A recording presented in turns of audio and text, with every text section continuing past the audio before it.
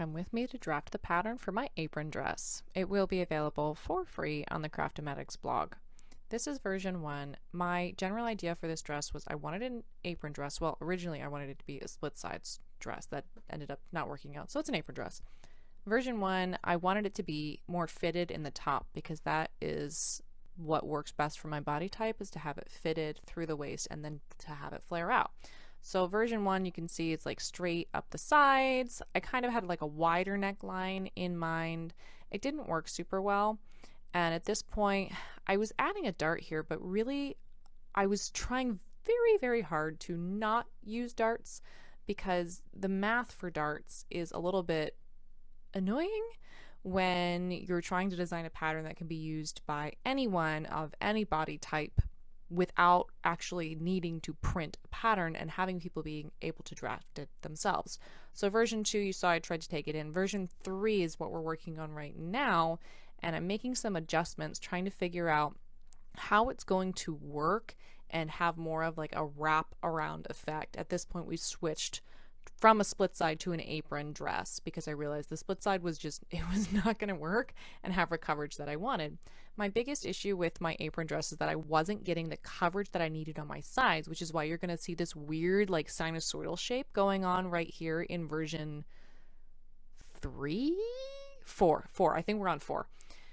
And staring at it because I was like, would it stay on a body like it's staying on my mannequin, or would it just kind of flop right over?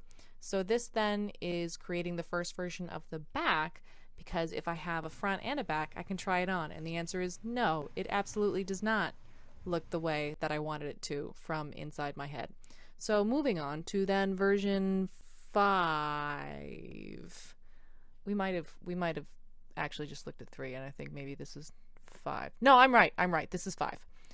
Because I know that this is version 5. So then working on version 5, you can see that I am actually adding darts for the first time, for real, actual darts.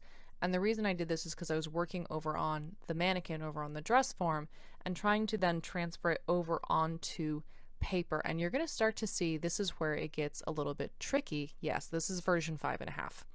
The reason it gets tricky is because I'm now trying to reverse engineer this pattern that I just drafted on a mannequin and then put onto my body and realize, yes, it's fitting, working it well, it's working fine, it fits okay. How then can I draft this in 2 dimensions so that not only does it fit me correctly, but that anyone would be able to take their own measurements and work it out so that it functions correctly? And that's what you can see this giant panel of writing is all of the steps. And then this is version 5.5 with the darts. It's working pretty well. Oh yeah, I accidentally tossed away some of my notes and had to dig them out of the trash. I can't possibly be the only person who's ever done that. So then the slightly different version of the back based off of my drafting notes for version 5.5 on the front of the bodice. And this is it. This is it. Version 5.5. Version 5.5. This is the winner.